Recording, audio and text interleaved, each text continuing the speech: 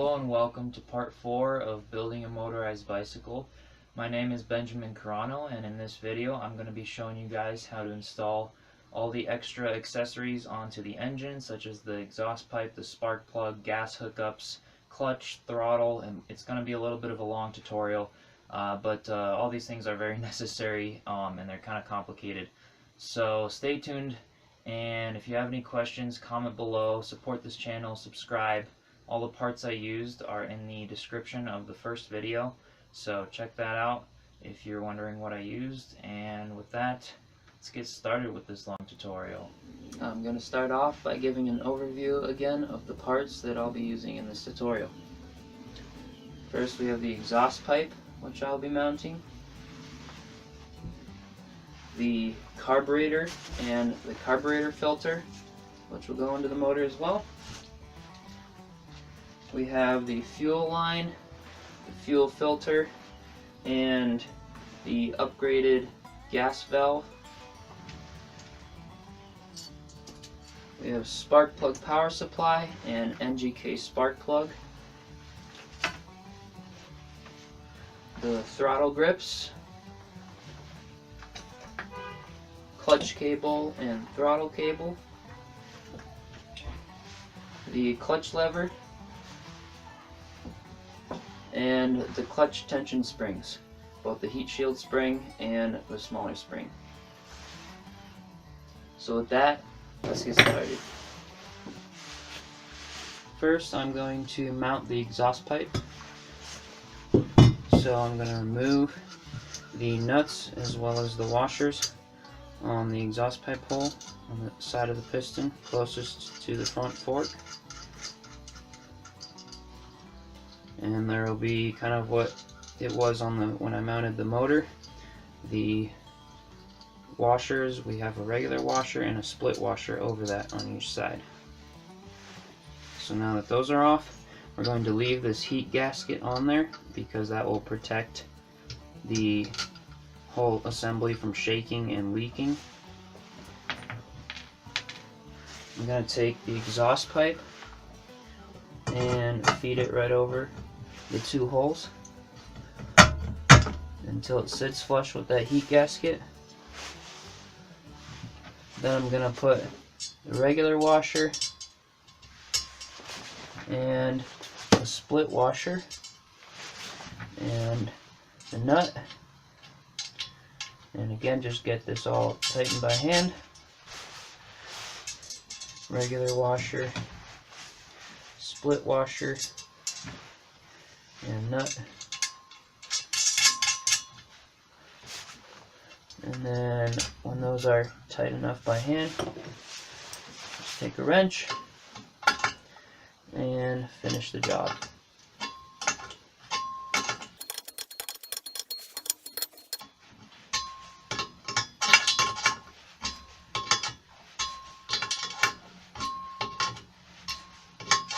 And these you can get pretty tight, but don't crank it as hard as you can.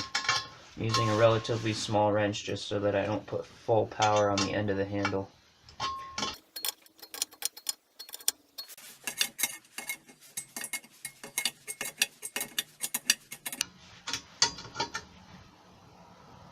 Get that tight, and this one tight, and that's it for the exhaust pipe. Now I'm going to install the clutch, and for that the tools I'll need are a Phillips head screwdriver and an Allen wrench, the heat shield spring, the smaller spring, the left handle grip, the clutch lever, the clutch cable, and there's another small part that should come in the engine kit. It looks kind of like this, and this basically is meant to go right over the end of this clutch arm to hold the clutch cable in place when it pulls that clutch arm in. So we'll be installing that as well.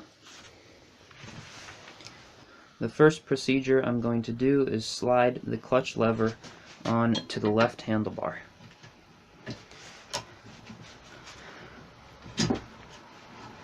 once that's slid on most of the way, I'm going to take the left handle grip and slide that on over it. And this is going to be very tight. You might need a little bit of like WD-40 or something, but it should slide on without it. Now when that's slid on, that basically gives us the place that we're going to slide the clutch lever back to and then tighten the screw down that holds everything together. Now that screws on the bottom, and that's where we need the Allen wrench, and get one that fits in there, and then I'm going to put this about where I want it and just start to make it snug.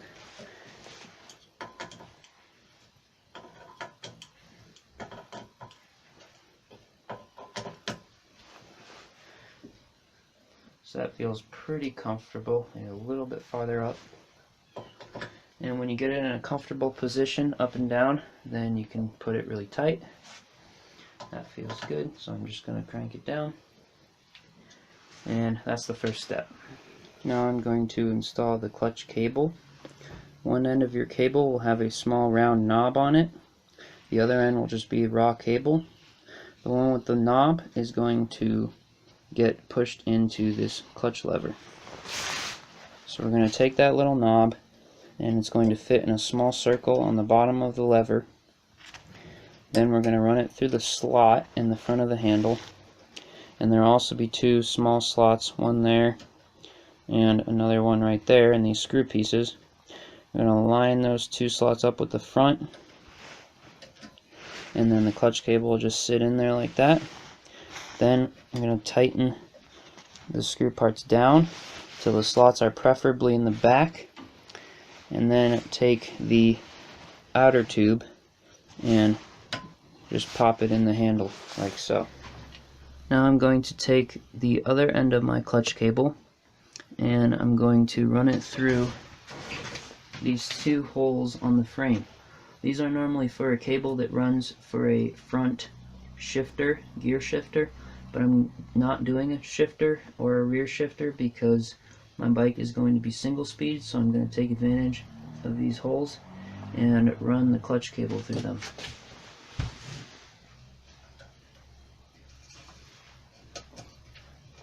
So right through the top hole and the bottom hole. And you're going to want to pull it till there's just a little bit of slack there in the handlebars, so that you have a little bit of room for turning but not too loose. And you can always adjust things later. So now it's threaded through the two holes that would normally be for a cable for a front gear shifter. Then I'm going to take the heat shield spring and feed it over the end of the cable, and this is so that when the cable touches the piston, the hot piston is not going to melt the rubber around the cable. So then you're going to thread it through this small hole right here until that little metal end kind of pops in, and heat shield spring protecting the rubber from the cable. Now before we go any further, I'm going to have to install this little cable clamp, and that's going to press in to the hole that's in this clutch arm. Now you might be able to get it to push in there by hand, and I can get it started by hand, but I think I'm going to need to use some pliers. Oh, it just fell out.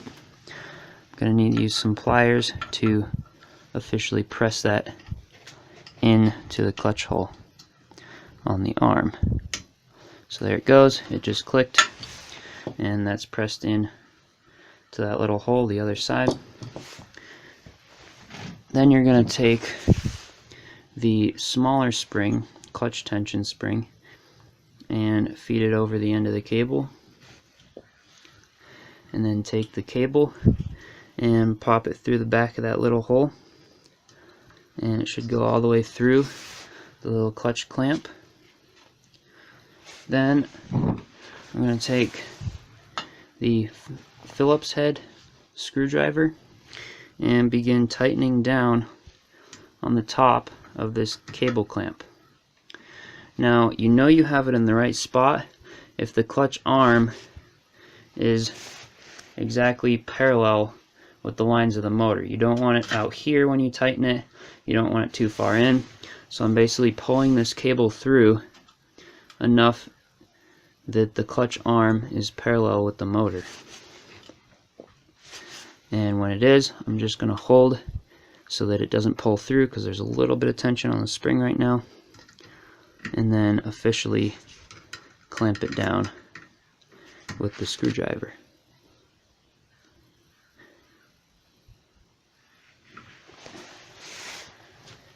So that's it for installing the clutch. When I push the clutch lever in, it disengages, and when I let the clutch lever go, the clutch will engage. Now it's time to install the carburetor, and for that we need the carburetor filter, the throttle cable, the right throttle grip, and the tools we'll need are a Phillips head screwdriver and a wrench. First, I'm going to thread the throttle cable through the 2 holes on the frame that would normally be for a rear shifter, kind of like we did for the clutch. Now you'll notice on a throttle cable is there's this end with the kind of a half circle shape here and a knob, and the other end just has the raw cable, but it has a small stopper on the end. This is the end of the cable that will be threading through the 2 holes.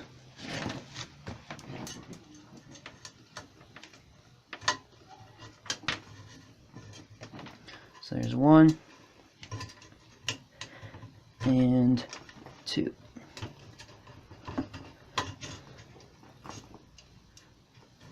And we're not going to go through the 3rd, just those 2.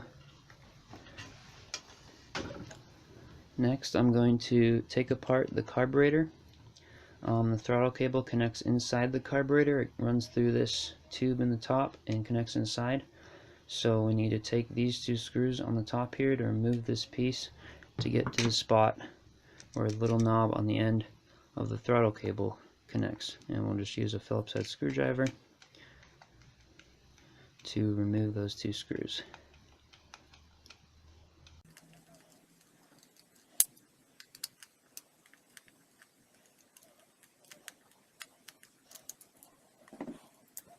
If you have the same carburetor that I'm using, you'll notice that the piece you just removed has a red heatsink gasket, a spring, and a metal lever. But we're going to set that aside for now because the part we really want is inside this hole. You can see there's a little circle with a slot running through it, and that's where we're going to feed this little knob of the throttle cable through. There's a little bigger piece on the end there that is going to feed right through the slot so that will pull up and down, and that pulling up and down motion is what opens and closes the air intake to the carburetor. Now before we get into officially attaching it, we need to first run the cable through the top end of this rubber tube and through the curved metal tube. And you'll notice there that it just pokes out, and now is when we can start putting things back together.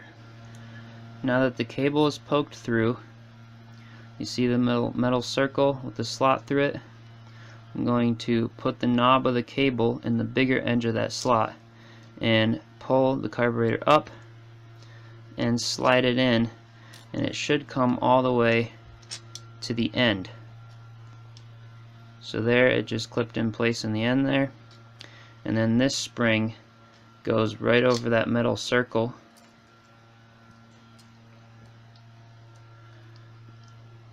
and this little lever gets pushed down in, and now we can assemble the screws back together. So just again take Phillips head screwdriver and begin tightening.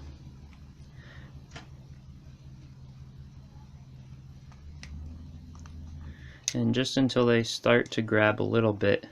Don't go too tight on these because you could strip the screw or wreck the plastic on the carburetor. So just make them snug so that they won't come undone with the vibration of the motor, but not terribly tight. Now you can see when I pull the throttle cable, that little door in the carburetor opens to let more air in. So with that, we're ready to put it on the motor. And another tool I didn't mention that you'll need is the Allen wrench again. We're just going to slide the carburetor right over the end of this motor tube till it won't slide on any farther. Make sure this is pointing straight up, so we don't want it to tip that way or that way, just right in the middle. And then you're going to take the Allen wrench and tighten this screw on the side, and that's what clamps it to the motor. Then you're going to take the carburetor filter, and this kind of pushes on to the end here. Might take a little bit to get it on. So I did manage to get it on here, but my carburetor just barely fits. It's actually touching the frame down here, so I might put a little bit of electrical tape between the carburetor and the frame to make sure this doesn't vibrate and scratch the frame too much, because the motor will vibrate a little bit.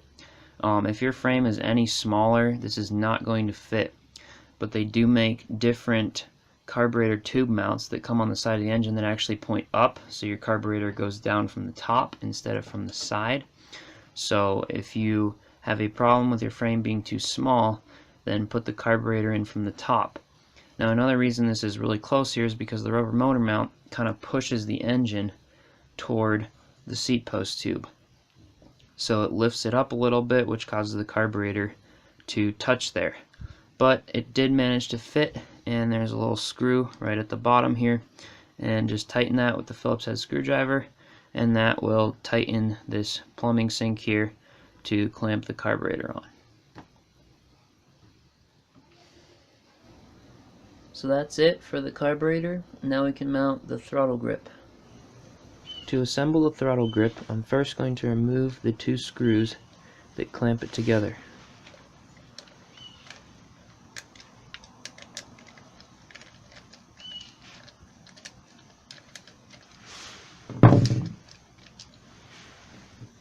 Then I'm going to slide the throttle grip along with the lower half of the spark plug kill switch over the end of the handlebar so that the spark plug kill switch is facing the ground.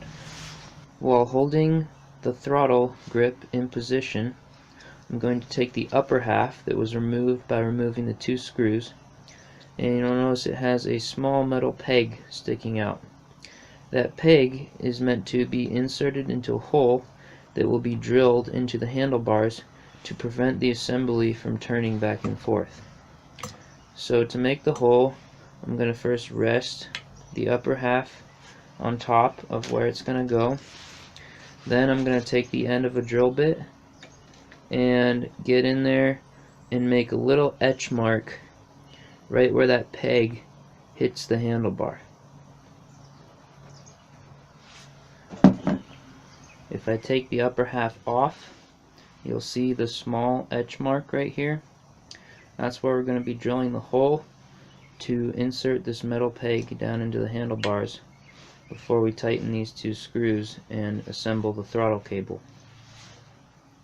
Before we drill the hole, I'm going to place a screwdriver or a punch on the divot that we just made with the drill bit, and I'm going to pound it a couple times with a mallet to create a small divot for the drill bit to get started. Now I can drill the hole, and to do that I'm using a power drill with a 5/32 drill bit.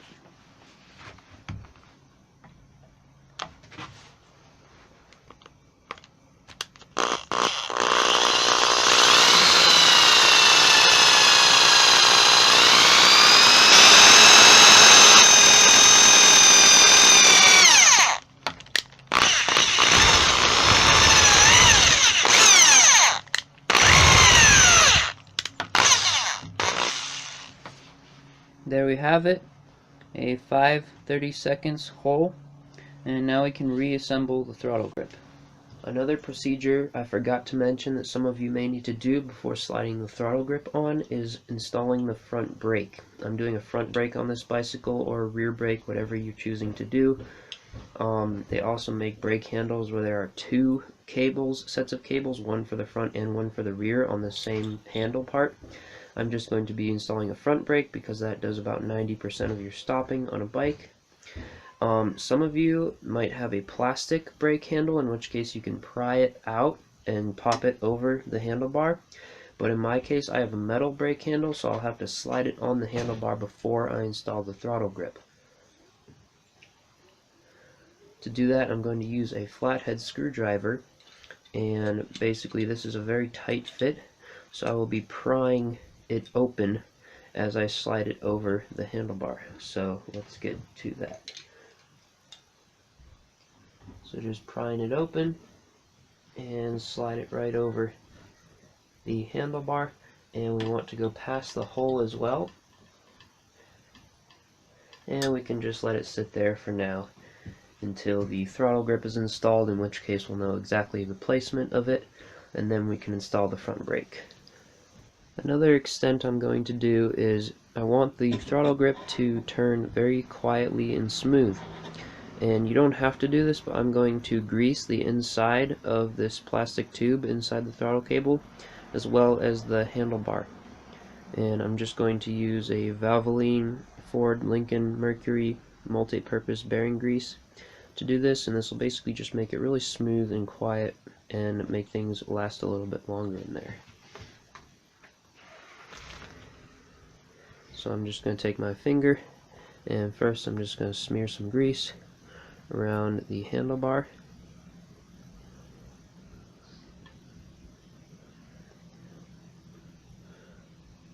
and then take some more and put it on the inside of the throttle cable.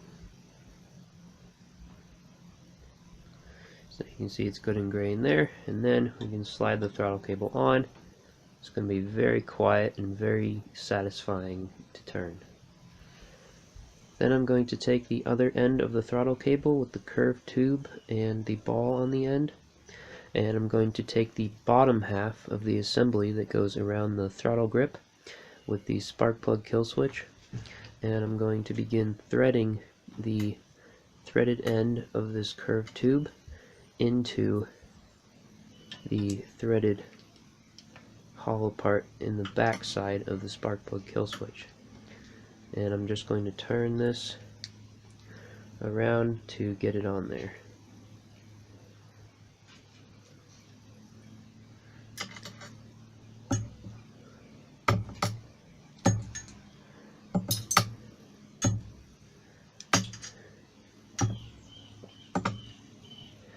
And you're going to want to get it on pretty far until the nut can basically screw on, and there's a tiny bit of threads left over right here, so I'm going to want a little bit more, maybe one more turn, and that's probably good. And you're also going to want it so that when the kill switch is facing toward you, the U shape of this curved metal pipe is facing away from, so that it follows the line basically of the handlebar, so that the cable can just run along the handlebar and look clean. Now you've got the ball end threaded up through this tube here, and we'll be connecting that into the throttle grip. Now with the spark plug kill switch facing toward the inside of the handlebars and the metal ball on the end of the cable facing toward the brake, I'm going to push the metal ball from the cable into a little hole on the throttle grip here, and then I'm going to feed the cable through this slot in the middle, and now I can put the bottom half in place. And as you can see, when I turn the throttle cable, it basically stretches that cable through the slot around, and that pulls the throttle to go faster. Now we can assemble the top half. So making sure that this little peg sticking down from the upper half goes into the hole, and the throttle threads here that the cable runs through go through the deep spot in the inside right here, this big channel. I'm going to now push it right down into that hole, and it should be a pretty snug fit so that nothing turns. And there we go, it's popped in place. Throttle can still turn, make sure of that. And the spark plug is facing you, nothing can turn or move back and forth. Then I'm going to take the 2 screws and begin tightening them to hold the 2 halves together. And this is just a Phillips head screwdriver. And again, just getting everything snug for now. I'm not going to make it super tight because, especially with the throttle, there are going to be a lot of fine adjustments you'll have to make when you get the engine up and running, such as the placement of the cable. There's a little metal part right here that you'll have to unscrew and screw depending on how long it is and where it stops and whatever. I can feel that down when I turn the cable by the engine, it closes the carburetor before the cable is all the way forward. You can see that I have a bunch of slack here, so I'll have to take some of that up and do many adjustments. But now that we have the throttle cable in place, we can now slide the brake handle backward, again using a screwdriver to pry it open. We can slide it back until it hits the throttle cable and it is in a comfortable spot for our brake. Now that I have everything in place exactly where I want it, I'm going to take a wrench and first tighten this nut on the bottom of the throttle so that this does not move back and forth. So that's pretty snug right now, a little bit more. And then I'm going to take an Allen wrench that fits in this Allen screw right here and tighten that so that the brake handle does not move up and down. So now the brake handle is in place and this curved tube is in place. And I'm also going to tighten the 2 screws on the top half of the throttle assembly just a little bit more so that nothing moves, because these will all be adjusted when I get the bike up and running so that I know exactly the throttle placement and how the idle speed is going to be and whatnot. Now I'm going to install the gas lines. You're going to need the upgraded fuel valve here. This is brass fuel valve with the thread end here, and the fuel filter, fuel line, scissors to cut the fuel line, and a wrench to screw this valve into the gas tank. First, I'm going to take one end of the fuel line and push it over this fuel line valve here. And it's going to be a really tight fit, but it should fit on there. And this fuel line is a little bit tight for this particular valve, but as you can see there, I have the fuel line there, and it basically is very hard to pull off. And I'm going to take my scissors and leave about 2 inches and make a cut. Then I'm going to start threading the threaded part here into the end of the gas tank on the frame.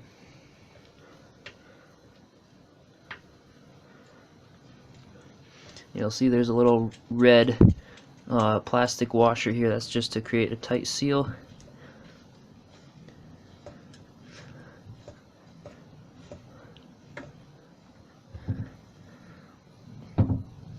Now I'm going to take the wrench and tighten this the rest of the way.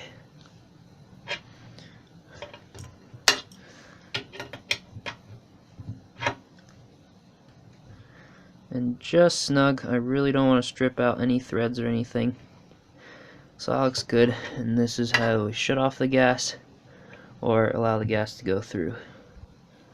Now I'm going to take the fuel filter and push the other end of this gas line onto the end of the fuel filter. And again, it's a tight fit. Just push really hard, and there it goes. Slid on there. And then we're going to take gas line again, take an end of it, and push it on to the fuel filter, to the other end of the fuel filter.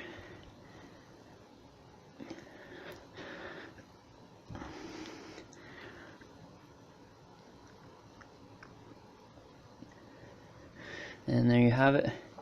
Gas line is now on the fuel filter. Then we're going to take the scissors and make another cut, leaving about 2 inches on the fuel filter.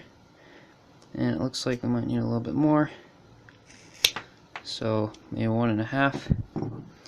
And then this should push on to the valve for the engine.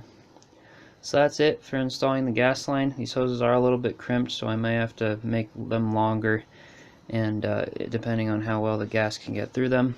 But now we've got our shutoff valve attached to the tank, built into the bicycle, and attached to the carburetor on the motor. Now for the spark plug. The tools you're going to need are a socket wrench and a spark plug socket.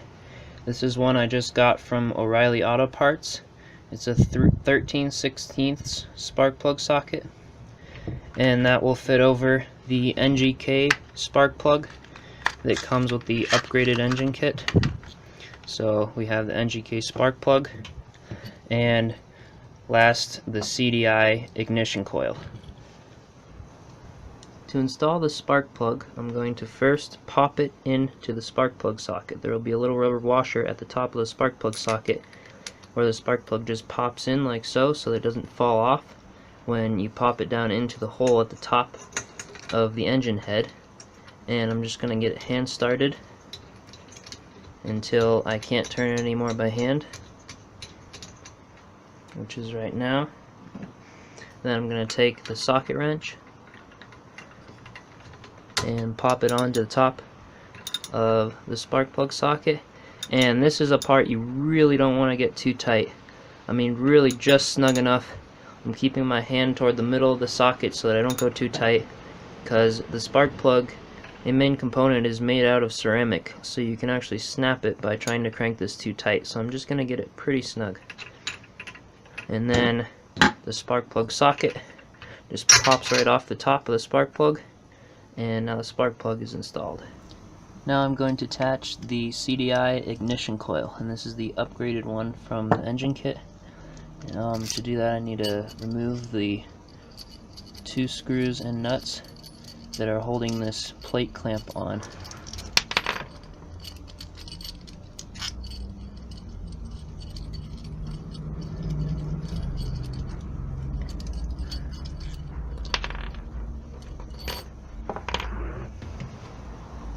Then I'm going to mount it on this tube that is in front of the engine, and I'm going to mount it so that the spark plug wire, the red wire, is sticking up, and the blue and the black wire are facing down. So I'm just going to rest it in place, and I'm going to take the screws and pop both of them through this metal plate clamp, and then push them through the CDI ignition coil.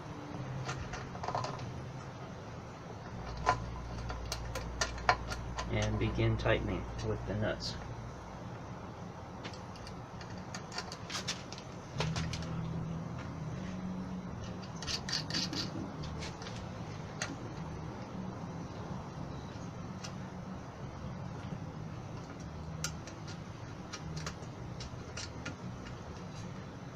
And now that it's hand tight, I can kind of adjust it where I need it. And I'm going to pop the spark plug cap onto the top of the spark plug, like so. And then begin tightening the nuts with a small wrench.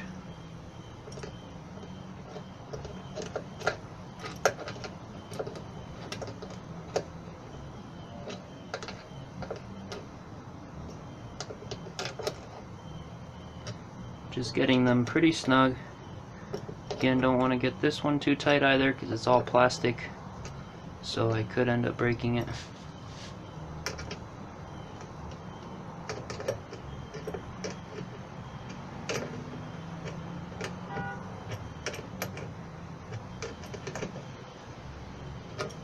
So there you have it. The CDI ignition coil is mounted on the frame. The spark plug cap is on. Now all that's left is to wire everything up. Now there are three main electrical components to the bike engine kit. There is the CDI ignition coil, the green and yellow wires from the spark plug kill switch by the throttle cable assembly. Then there is the magneto loop set, which sits inside the engine right here, and that's what makes the energy to power the spark. Each time the flywheel goes around with a magnet, it passes through a wire, which sends electricity through these two wires, and then through the CDI ignition coil, and then to the spark. To wire everything up, I'm going to take the black wire from the magneto loop set and put it into one of these two plugs from the black wire of the CDI ignition coil. Then I'm going to take the green wire from the throttle cable spark plug kill switch and thread it into the other one of those two holes of the black wire on the CDI ignition coil. Then I'm going to take the blue wire from the magneto loop set and thread it into one of the two holes from the blue wire of the CDI ignition coil, and then the yellow wire from the spark plug kill switch and connect it to the other set. So now here in the blue wire of the CDI ignition coil, I have the red and yellow wire and the blue wire, and from the black wire of the CDI ignition coil I have connected the green wire from the spark plug kill switch as well as the black wire from the magneto loop set. Now to test if everything's working, you can either start up your engine. If it doesn't start, then you know something's probably wrong, or you can always disassemble the spark plug and take it out and see if there's a spark when you spin the back wheel. So we won't be able to test it until we get the back wheel installed, so that we can spin the piston to create the electricity in the flywheel magnet passing through the wire, which will send a spark. So that's it for the connections. Now for the last hookup here, I'm going to be installing the front disc brake assembly. I'm going to need a disc brake cable, and it has a ball on one end and just straight cable on the other end. And you're going to need a disc brake caliper here, and then the assembly screws and an Allen wrench to assemble everything. So the first procedure is taking the ball end of the brake cable, and we're going to pull the brake lever, which we had already pre-installed, out, and the ball fits right up under through a small hole in this, basically this little metal piece that kind of pivots on the brake lever, and then it runs through a slot in the front. And again, same thing with the clutch, we're going to line up these two slots to the front so that the brake cable goes all the way through, and then tighten that little washer down, and then pop the brake cable right into there and push this back in. And there we go, the brake handle is installed. Obviously it doesn't have any tension on it because we have to install the caliper now. So you can see for this caliper now, I've already started the threads through by hand of the assembly. Now I'm just going to begin hand threading them into these two holes on the bottom of the front fork, and when that's complete, I'm going to begin tightening them with an Allen wrench.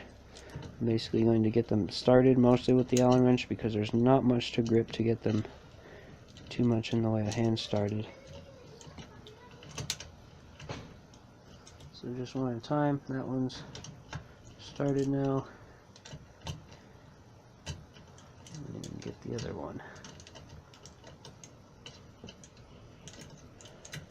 Okay, so you can see that this is held on now, and I'm going to fully tighten it. and just applying even pressure on each one.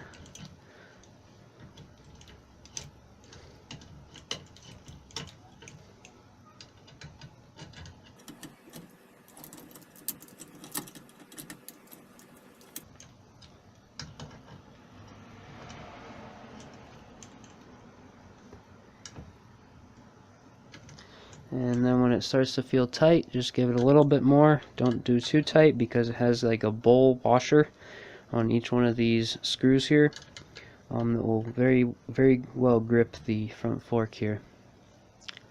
And the brake caliper I'm using, basically it can be dependent on your front fork.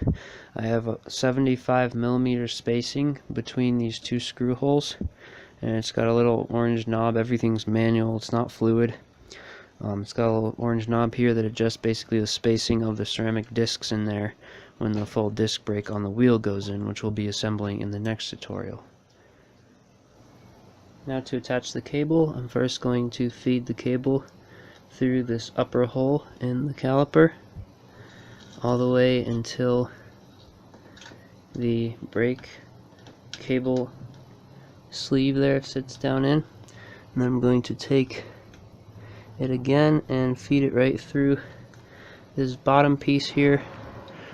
That will be where I tighten the Allen screw here. I'm going to pull that tight again and then tighten the Allen screw on the bottom here with an Allen wrench, and that basically just holds the cable in place so that when I squeeze the brake arm,